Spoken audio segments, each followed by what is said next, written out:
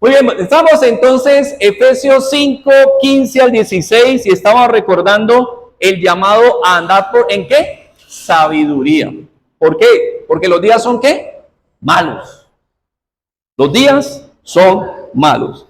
Resulta que más adelante Pablo vuelve a traer esta referencia, después de habernos hablado de la importancia de conocer la voluntad de Dios, la importancia de ser llenos del Espíritu Santo, ¿para qué? Para que en sumisión los unos a los otros aprendamos a vivir dentro de la vida conyugal, dentro de la vida familiar, de padres a hijos, de hijos a padres, de esposo a esposo, de esposa a esposo, y dentro de la vida social, empleados, empleadores. Y luego que entonces está terminando todo este proceso, pasa nuevamente, capítulo 6, versículo 13.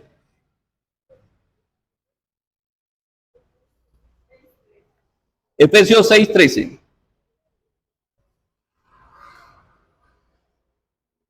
Dice, por tanto, tomad toda la armadura de Dios para que podáis resistir en el día malo. Y habiendo acabado todo, estar firmes. Habiendo acabado, ¿qué día? El día malo.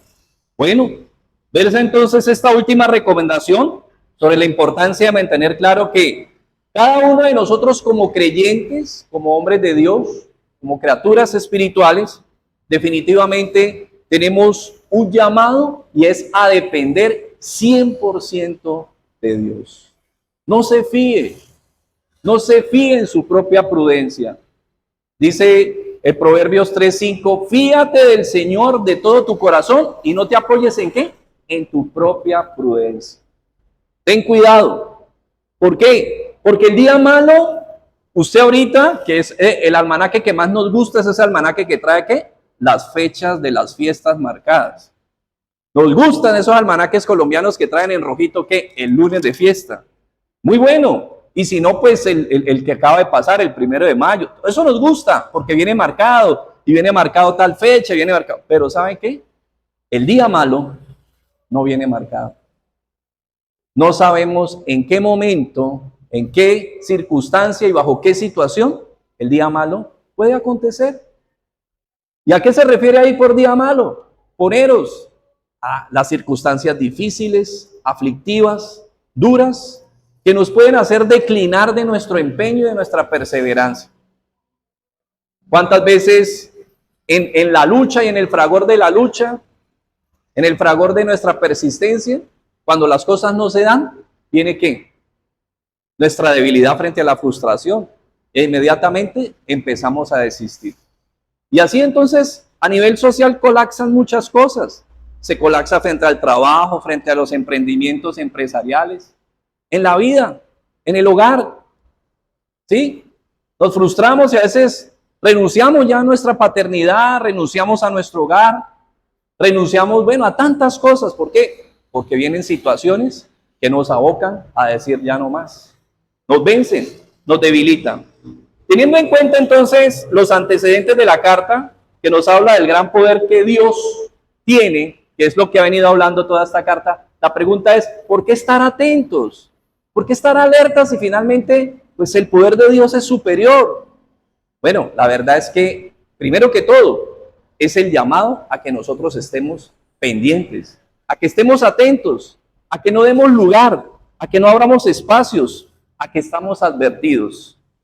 Hace algún tiempo contaba un deportista que entró en paro,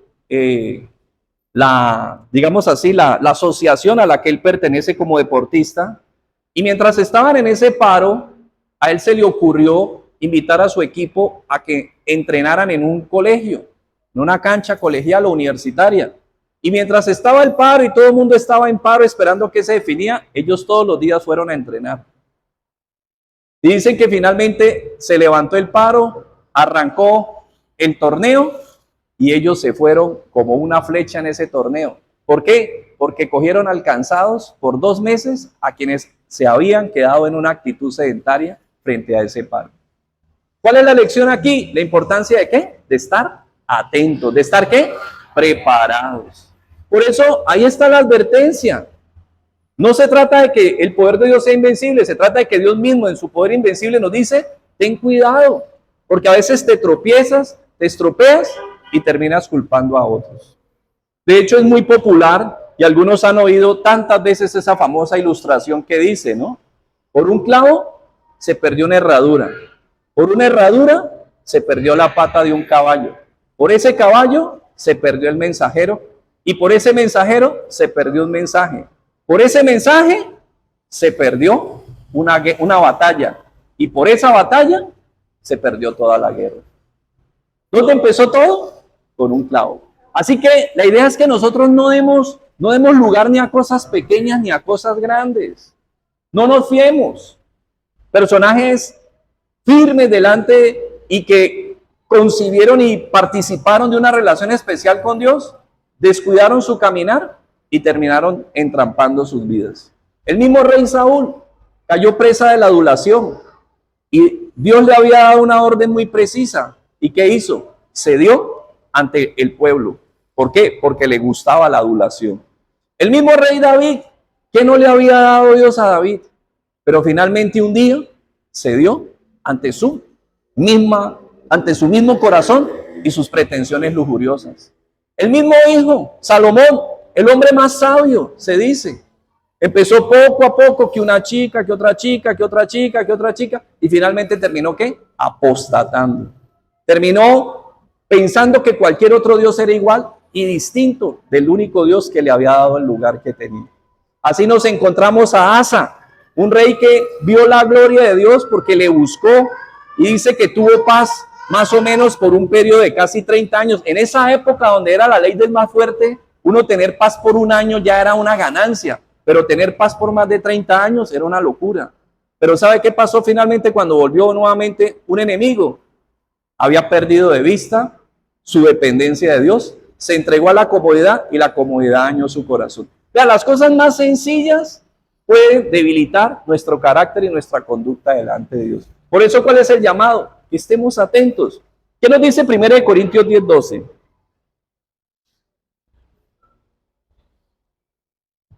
Así que el que piensa estar firme, ¿qué dice? Mire que no caiga. ¿Usted ha visto esas personas que a veces cuelgan un cable de un abismo a otro o cuelgan un cable de un edificio a otro y luego con una varita pasan de un lado a otro y uno dice, Dios mío, uno le da de todo? ¿Usted cree que esa persona en qué anda pensando? ¿Anda mirando para todo lado? ¿En qué anda pensando esa persona? En no caerse. Esa persona no anda pensando, ay, se me olvidó pagar el gas. Ay, que no. No, esa persona no. Esa persona anda concentrado en qué?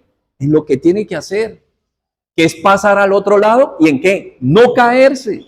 Asimismo, nosotros también tenemos que concentrarnos con respecto de nuestra vida, tener cuidado de nosotros y estar atentos a qué? A nuestro caminar. De igual manera dice Mateo 26:41, nuestro Señor Jesús lo advertía con anticipación.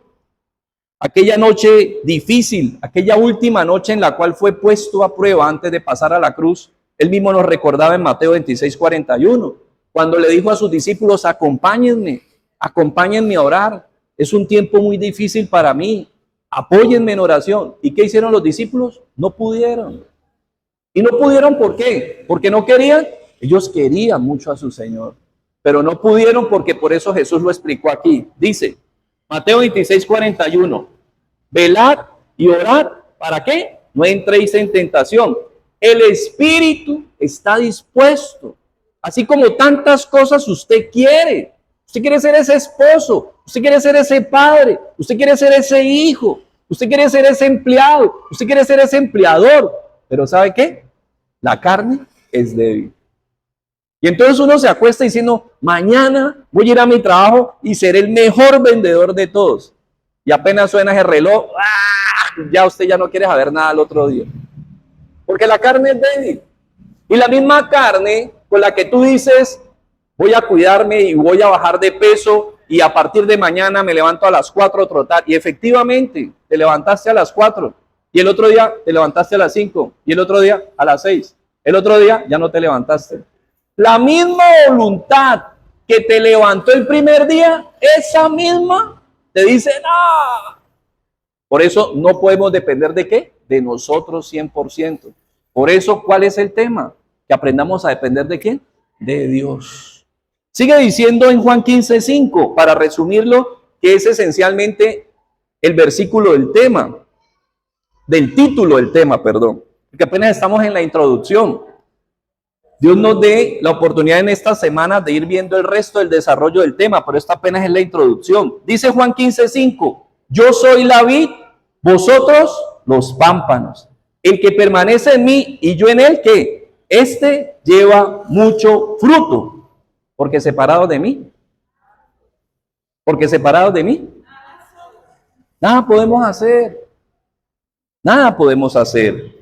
Quede claro entonces que una de las premisas más importantes que debemos atesorar nosotros como creyentes es nuestra dependencia de Dios. Aprender a depender de Dios. ¿Cuál es la tendencia humana? La autosuficiencia. Desde que el niño empieza a dar sus primeros pasitos, él se agarra de su mano. Pero déjelo que él dé 3, 4 pasos solo. Y vuelve a darle la mano, ya no se la toma. Y no es que sean niños, es que somos todos nosotros. ¿Por qué? Porque la autosuficiencia es la tendencia humana. A nosotros nos cuesta depender. Nos cuesta sujetarnos, nos cuesta pedirle ayuda a Dios. De hecho, a veces estamos en las situaciones difíciles y ¿cómo nos cuesta pedir ayuda a Dios? Empezamos siempre es tal cosa y tal situación. Miriam como que tiene un amigo. No, Paulina como que tiene un conocido. Leonardo el otro día como que, hombre, ¿por qué lo primero que hacemos no es que pidámosle a Dios, roguémosle a Dios, sujetémonos a Dios? Por eso, mire, es tan difícil depender de Dios que Pedro, en primera de Pedro 5:7, cuando nos está hablando acerca de qué, de humillarnos ante Dios, ¿sabe cuál es? ¿Cuál es la manera como nos humillamos ante Dios? Dice primera de Pedro 5:7, echando nuestra ansiedad sobre Él, porque Él tiene cuidado de nosotros. Pero ¿cómo le cuesta a uno? ¿Cómo le cuesta a uno reconocer que lo necesita y que necesita su ayuda y depender de Él? Segunda de Corintios, dice entonces que claro que es una de las premisas más importantes, depender de Dios. La tendencia humana, la autosuficiencia. Pero recordemos Filipenses 4:13.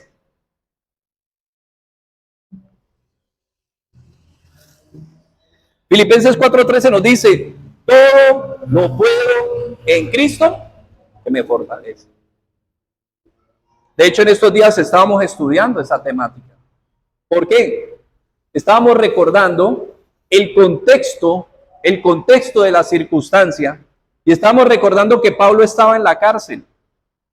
Estaba sujeto a un soldado con una cadena de 45 centímetros las 24 horas del día.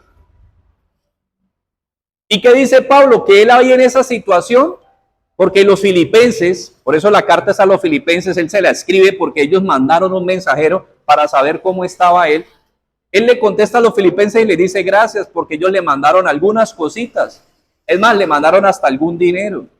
Pero Pablo sabe que les contesta, miren, tranquilos, no se preocupen, estoy bien, estoy haciendo la obra, estoy compartiendo, estoy llevando el evangelio a pesar de toda esta situación. Porque dice él, yo he aprendido a vivir en abundancia y en escasez. Pero ¿qué es lo que nos está diciendo Pablo luego? Pero yo no he aprendido a vivir en abundancia y en escasez solo por las circunstancias, sino que dice el versículo 13, porque todo lo puedo en Cristo que me fortalece. Sí, porque uno dice, no, el hombre es animal de costumbre. No solo por eso. Pablo apela a algo muy importante. El poder de Dios me ayuda a entender cada circunstancia de la vida. Segunda de Corintios 12, 9, 10 también nos dice Pablo, hablando acerca del poder de Dios, que es en el cual debemos nosotros refugiarnos. Y me ha dicho, bástate mi gracia, porque mi poder se perfecciona en la debilidad. Por tanto, de buena gana me gloriaré más bien en mis debilidades, para que repose sobre mí el poder de Cristo. Por lo cual, por amor a Cristo, me gozo en las debilidades, afrentas, necesidades, persecuciones, angustias, porque cuando soy débil, ¿por qué? Porque tengo que depender ¿de quién? De Dios. Esa es la paradoja. Cuando soy débil, entonces soy más fuerte. ¿Por qué? Porque me veo abocado a depender ¿de quién? De su poder. Ustedes recuerdan, de hecho en estos días, Patricia me hacía caer en cuenta, aquel famoso escrito de San Agustín que se llama Huellas en la Arena. ¿Se acuerdan? Que dice que él camina con Dios en una playa y normalmente en los días buenos se ven 2 pares de huellas, pero en los días difíciles solo se ve un par de huellas. Y entonces él le dice, Dios mío, ¿por qué en los momentos más difíciles me dejas solo? Pero ¿qué es lo que le contesta la divina providencia? No, Señor, es que en los momentos más difíciles yo te tengo que cargar. Porque cuando soy débil, soy fuerte. Y dice finalmente 1 Timoteo 1:12, Pablo nuevamente recordándonos. 1 Timoteo 1:12. Doy gracias, dice claramente Pablo, al que me fortaleció. ¿Quién? Cristo Jesús, Señor nuestro. Porque me tuvo por fiel, poniéndome en el ministerio. Ustedes saben que inicialmente Pablo fue ¿qué? Un perseguidor de la iglesia. Y no cualquier perseguidor, léase usted de pronto Hechos 26, para que escuche de propia cuenta de Pablo quién era él. ¿Quién era él? ¿Qué personaje era él? Y en Gálatas, cuente usted, por misma boca de Pablo, qué pensaba la gente de él. Dice que la gente no quería ni mentar el nombre de él. Dice que le tenían miedo. Nadie quería meterse con él. Pero ¿qué es lo que está diciendo por eso aquí Pablo? ¿Quién me puso en el ministerio? Dios. Y él me fortaleció. Cuando yo era un enemigo y un perseguidor, él me volvió un defensor y un proclamador. Eso es lo que hace el poder de Dios. Por eso, retomando entonces, vemos que Pablo pone de presente que tenemos un adversario. Como lo vamos a ver aquí, vamos a Efesios 6, versículo 10. Dice, por lo demás, hermanos míos, fortaleceos en el Señor y en el poder de su fuerza, vestidos de toda la armadura de Dios, para que podáis estar firmes ¿contra quién? Contra las acechanzas del adversario.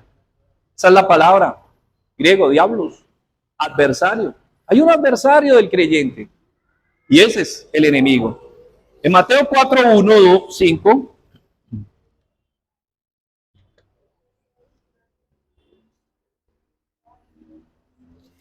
Dice, entonces Jesús fue llevado por el Espíritu al desierto para ser tentado ¿por quién? El diablo. Por el adversario. Mateo 4:1. Y versículo 5 también dice. Entonces, ¿quién? El diablo, el adversario, le llevó a la santa ciudad y le puso sobre el pináculo del templo. Así entonces, hay un adversario. Hay quien quiere ponerle cortapisas y zancadillas a tu vida. Y no cualquier zancadilla. Porque dice Juan 10:10a, dice, el enemigo no viene sino para hurtar, matar y destruir. Esa es su tarea y esa es su función.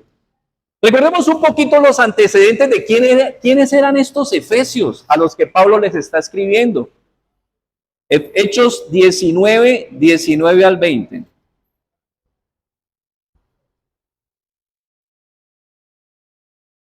¿Quiénes eran estos señores?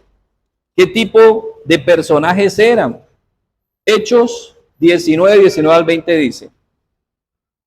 Asimismo, muchos de los que habían practicado la magia trajeron los libros y los quemaron delante de todos, y hecha la cuenta de su precio, hallaron que eran 50,000 piezas de plata. Así crecía y prevalecía poderosamente la palabra del Señor. Entonces, era una comunidad que creía en esta idiosincrasia animista, en esta idiosincrasia espiritista, y que obviamente había estado dentro del desarrollo de todas estas prácticas. Dice aquí, en el mundo pagano estaban difundidos estos conceptos animistas y espirituales. Pero ¿sabe qué hace Pablo? Pablo no niega que eso sea real. Pero, ¿qué verdad trae Pablo? Pablo no apela a lo que algunos han conocido personalmente, sino a lo que Dios ha revelado en su palabra. Por eso en Efesios 6:12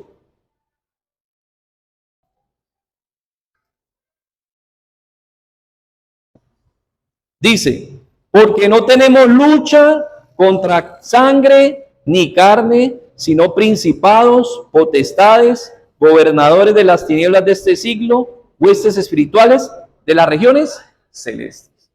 Aun cuando 4 veces se pronuncia este término región celeste en esta carta, en este punto no se refiere específicamente al cielo como tal, sino a lo que llaman los aires. Capítulo 2 de Efesios. Dice aquí Pablo,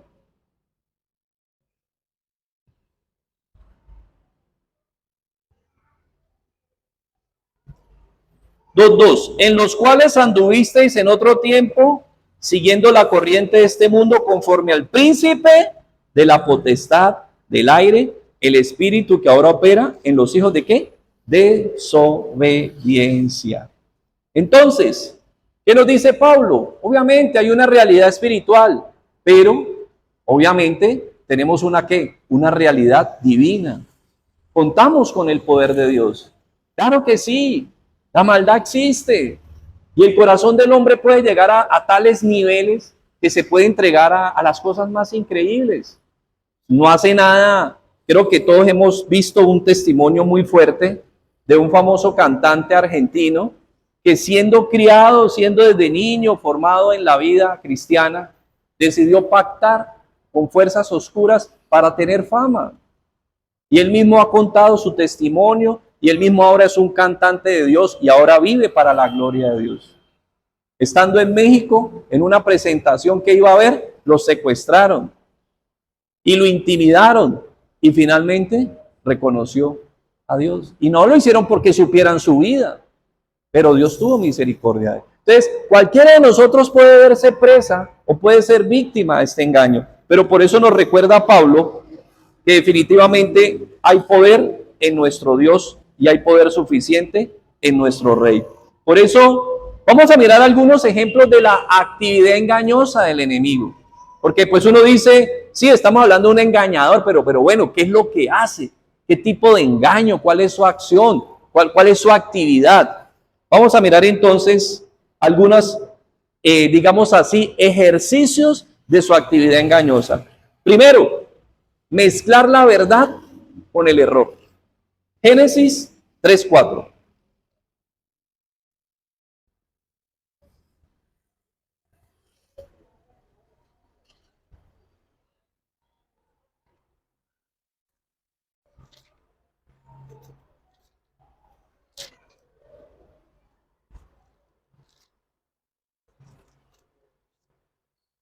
Dice, entonces la serpiente, ¿qué le dijo a la mujer?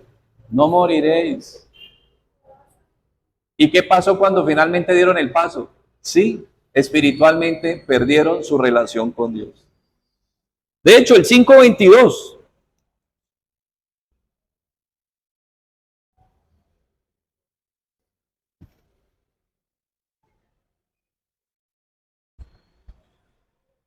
No, perdón. Vamos entonces a otro punto. Primero entonces, mezclar la verdad con el error. Segundo, citar erróneamente las escrituras. Mateo 4:6. Para que nos rinda. Mateo 4:6. Citar erróneamente las escrituras. Dice, y le dijo, si eres hijo de Dios, échate abajo porque escrito está, a sus ángeles mandará cerca de ti y en sus manos te sostendrán para que no tropieces con tu piedra. Pero ¿qué le contestó Jesús corrigiéndole? Jesús le dijo, escrito está también, no tentarás al Señor tu Dios. A uno muchas veces pasa, ¿no? La gente a veces sabe ciertos textos bíblicos y le dicen a usted, lo están incitando a usted a hacer algo indebido y usted está resistiéndose y toman el texto para motivarlo si uno se queda. Que si uno no discierne, pues uno dice, no, pues es verdad. Resulta que no hay que tener cuidado porque se cita descontextualizado erróneamente. Tercero, disfrazarse como ángel de luz. Segunda de Corintios 11:14, disfrazarse como ángel de luz.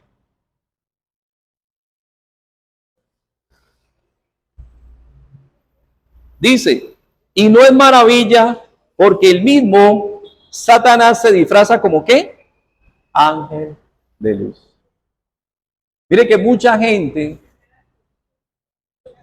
segunda de Corintios 11:14, mucha gente que muchas veces se ve envueltas en estas historias, terminan yendo o recurriendo donde no correspondía recurrir, donde no hay dirección y donde no va a encontrar respuesta. Porque al contrario, allá lo está esperando es ¿quién? El enemigo para terminar de enterrarlo. Y mucha gente tiene su vida enredada en mil cosas. Porque en vez de buscar a Dios, andan buscando respuestas donde no es. Y entonces, ¿qué le dicen a la gente? Para que vaya y busque donde no debe ser. Es que Dios dijo, ayúdese, que yo te ayudaré. Y todavía estamos buscando ese versículo y no está en la Biblia. Mezclar la verdad con el error. ¿Ah? Mezclar la verdad con el error. Muy bien. Estimular a los falsos apóstoles, 11:13, ahí mismo, segunda de Corintios 11:13. Dice, porque estos son falsos apóstoles, obreros fraudulentos, que se disfrazan como ¿qué? Como obreros de Cristo. ¿Por qué eran falsos apóstoles? Porque resulta que Pablo venía hablando acerca del evangelio de la gracia. Si tú crees, tienes justicia divina. Pero estos hombres, ¿qué le decían a la gente? Ah, no, eso no es solo creer, tiene que guardar todo lo que dice el Antiguo Testamento. Y entonces le imponían legalismos a las personas y no les dejaban realmente conocer la nueva verdad, la verdad del evangelio. Y de hecho abusaban muchas veces del desconocimiento de la gente. Como Pablo venía enseñando estas verdades, inicialmente ellos empezaban ¿a qué? A familiarizarse. Entonces cuando ya Pablo no estaba, ellos entraban y de acuerdo a la familiaridad que habían alcanzado, empezaban a abusar de la gente. Algunos hasta los golpeaban, los maltrataban, los atropellaban. Y Pablo, ¿qué les dice? Por eso a los corintios, increíble. Les hacen todo eso y ustedes lo aceptan. Porque a veces a la gente como que le gusta así. Y por eso Pablo decía, eso es un trabajo fraudulento de un apostolado que no es. Remedar a Dios, segunda de Tesalonicenses 2, del 1 al 4. Remedar a Dios. Él siempre quiere arremedar la obra divina. Primera de Tesalonicenses 2, 1 al 4. Dice, pero con respecto a su venida nuestro Señor Jesucristo y nuestra reunión con Él, os rogamos, hermanos, que no os dejéis mover fácilmente de vuestro modo de pensar, ni os conturbéis ni por espíritu, por palabra, por carta, como si fuera nuestra, en el sentido de que el día del Señor se acerca. Nadie os engañe en ninguna manera, porque no vendrá sin que antes venga la apostasía y se manifieste el hombre de pecado y el hijo de perdición. Dice el 4, el cual se opone y se levanta contra todo lo que se llama Dios o es objeto de culto, tanto que se sienta ¿qué? En el templo de Dios como Dios, haciéndose pasar como ¿quién? Como Dios. Entonces, ¿a cuántos no incautos? Segunda de Tesalonicenses 2, del 1 al 4. Y el 9, mire, inicuo cuyo advenimiento es por obra, ¿de quién? Del antagonista, con gran poder y señales y prodigios mentirosos. Otro punto, llegar donde no debería. Mateo 24, 15.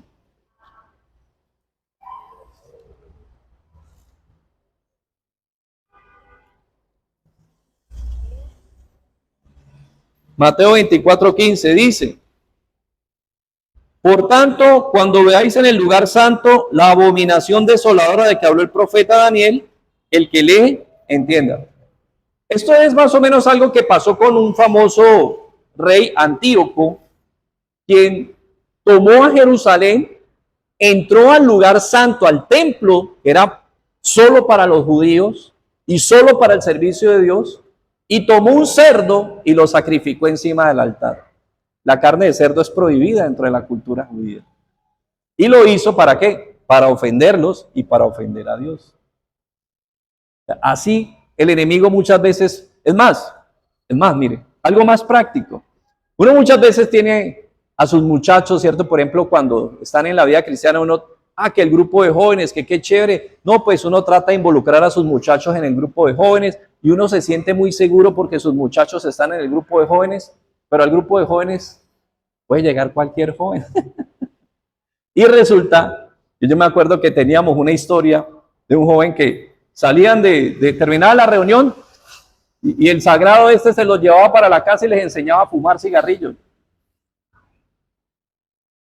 Entonces, ¿a qué me refiero? El enemigo se mete en cualquier lugar. Por eso hay que estar, ¿qué? Atento. Alguna vez alguien, pues de pronto, de manera práctica, ¿no? Lo decía, ¿no? Es como algunos insectos que llegan a todo lado, ¿no? Donde usted menos piensa, ahí ya están. Entonces hay que tener cuidado. Finalmente, alentar a que el fin justifica los medios. Lucas 4, 6 al 7.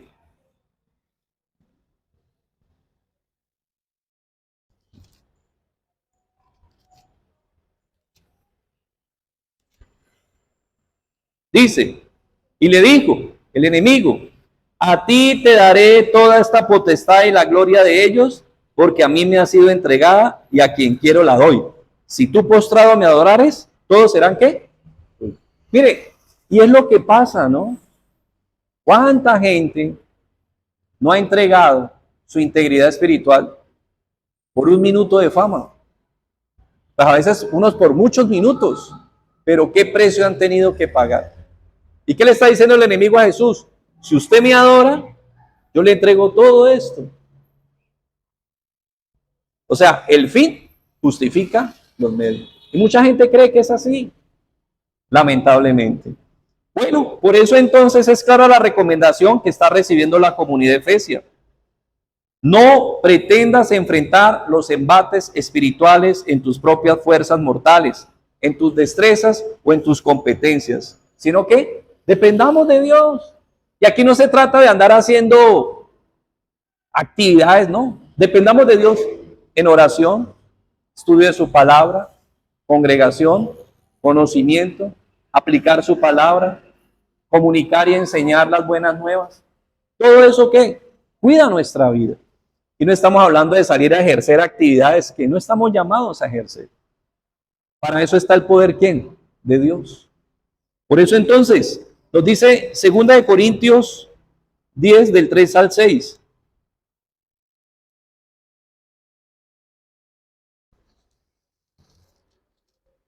Gracias. Dice, pues aunque andamos en la carne, refiriéndose a un cuerpo humano, no militamos según nuestra humanidad, según la carne, dice Pablo. Porque las armas de nuestra milicia no son ¿qué? Humanas, sino que son poderosas ¿en quién? En Dios, para la destrucción de ¿qué? Fortalezas. Derribando argumentos y toda altivez que se levanta en contra de ¿qué? El conocimiento de Dios y llevando cautivo todo pensamiento ¿qué? A la obediencia a Cristo. No nos apoyemos en nuestras fuerzas. Gracias. Descansemos ¿en quién? En Dios. Apoyémonos en Dios. Procuremos su ayuda. Procuremos su auxilio. Procuremos su asistencia. No te desgastes innecesariamente y termines cayendo en lo que no debes. ¿Se acuerdan de aquella famosa dama que sufría de un flujo de sangre? En esa época la medicina era muy precaria y era muy dura.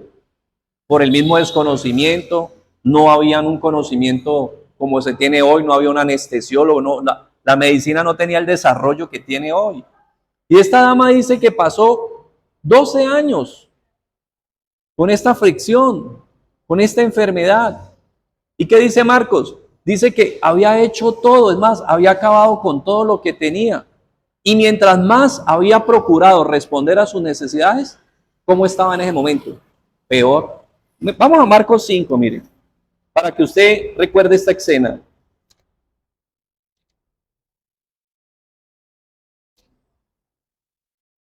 No porque no le está invitando a que uno obviamente está llamado a tratar de hacer lo que corresponde. Dice,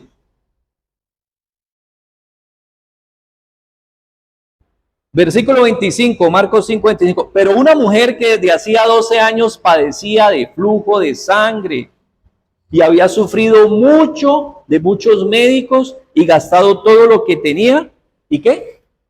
Nada le aprovechaba, antes le iba a ¿qué? Peor. Entonces, ¿qué hizo finalmente ese día?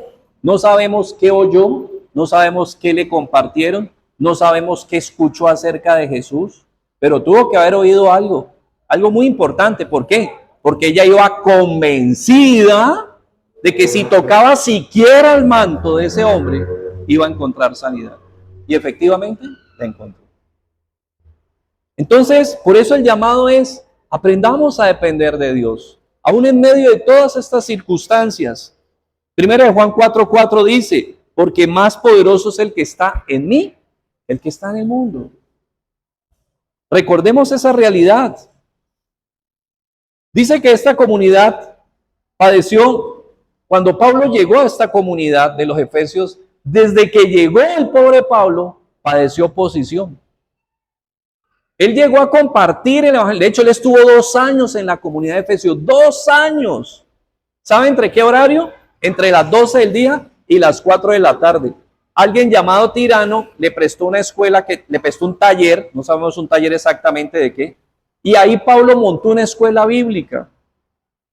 Y por 2 años consecutivos, entre las 12 y las 4 de la tarde, estuvo ahí enseñando el evangelio. ¿Sabe por qué entre las 12 y las 4? Porque a esa hora nadie estaba trabajando, porque el sol es terrible en ese lugar, porque Éfeso todavía existe. Los que van a peregrinaciones pueden visitar la ciudad de Éfeso. Todavía hay ruinas que están en pie. Existe. Estuvo ahí Marisita. Entonces, eso es una realidad. Entonces era un calor. ¿Y qué hacía Pablo en ese fragor? Consiguió unos discípulos, unos alumnos y les enseñó. ¿Y qué dice? Diseminó el conocimiento de Dios en toda esa región de manera increíble. Mire que de hecho cuando llegó, primero, volvamos a Hechos 19, bueno, ya estamos culminando, ya vamos a terminar, si llegó Hechos 19, 8, no bien había llegado Pablo y ya lo estaban corriendo.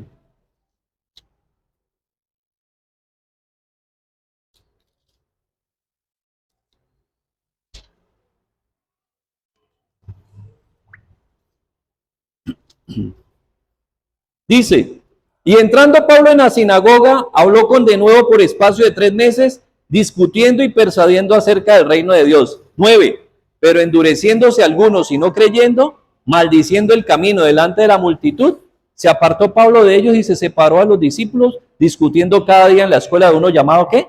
Tirano. Él fue a llevarles las buenas nuevas. ¿Y qué hizo la gente? Se endureció contra él. Lo sacaron de la sinagoga y se fue a una escuela y ahí siguió su ejercicio. 13 al 16. Es remedado por algunos hombres que trataron de imitarle.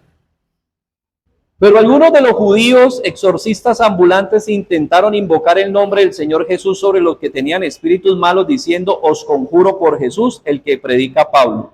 Y había 7 hijos de un tal Exeba judío, jefe de sacerdotes, que hacían esto. Pero respondiendo el espíritu malo dijo, a Jesús conozco y sé quién es Pablo, pero a vosotros, ¿quiénes sois? Y el hombre en quien estaba el espíritu malo, saltando sobre ellos, dominándolos, pudo más que ellos, de tal manera que huyeron de aquella casa desnudos y maltratados. Trataron de imitar lo que Dios estaba haciendo. Mire, Pablo no se ponía a hacer nada de esto, dice que simplemente él estaba enseñando y Dios iba haciendo la obra. Pero estos trataron de imitar lo que Dios estaba haciendo, trataron de imitar lo que Dios podía hacer y se encontraron con un error. 23. En adelante, pues simplemente nos encontramos con que para no leerlo, fue amenazado por un platero que tenía una empresa. Y como en Éfeso está el famoso templo de Diana, la diosa Diana, que de hecho era el templo más famoso de Asia en su momento, en ese momento. Y entonces, ¿qué hacían ellos? Ellos hacían réplicas del templo pequeñitas, como cuando usted va a algún lugar y que hacen réplicas de esta imagen, por ejemplo, de la Torre Mudéjar aquí, de pronto de la Torre de San Francisco, y hacen cositas para que usted llegue. Entonces ellos las hacían de plata. Y dice que era un negocio muy lucrativo. Pero resulta que como Pablo llegó con el evangelio, ya la gente que no copiaba esa realidad. Entonces ellos vieron que el hombre era ¿qué? Un mal elemento para su negocio. Y le montaron la persecución y armaron un escándalo de vaya y venga, de tome y traiga, que donde a Pablo no lo saquen, lo habían acabado, lo habían linchado. O sea, todo el tiempo hubo oposición en su ejercicio. Finalmente entonces concluimos que es a lo que queremos llegar para empezar ya semanalmente a tratar cada uno de estos elementos. El creyente de alguna manera está en un conflicto espiritual, pero tranquilo. Primero, tenemos el mejor general, Jesús. Tenemos la mejor dotación, el Espíritu Santo. Y tenemos el mejor estratega, nuestro Padre Celestial. ¿Cuáles son esos elementos y cuál es ese plan? Mire, ¿a través de qué? Pablo nos recuerda, a través de lo que nos enseña la Biblia, a través de la verdad, a través de la justicia, a través de la paz, a través de la fe, a través del plan de salvación de Dios, a través de la palabra y a través de la oración, nosotros encontramos victoria cada día frente a cada una de estas circunstancias y cada una de estas situaciones. Amén. Vamos a orar. Y ya pues esto es solo la introducción, ya semanalmente vamos a ir tratando cada uno de estos elementos y Dios nos da la oportunidad, dentro de 8 días hablaremos de la verdad, cómo la verdad nos permite confrontar cualquier tipo de asedio, cómo la justicia, cómo la paz, vamos a ir viendo cada uno de estos elementos. Esperemos que Dios nos dé el tiempo, la oportunidad y que no se vayan a aburrir, que es lo más importante. Bendito Padre, te damos muchas gracias, Señor, en este día y en esta noche especial, en la que tú nos llamas y nos recuerdas a que tengamos cuidado de nosotros,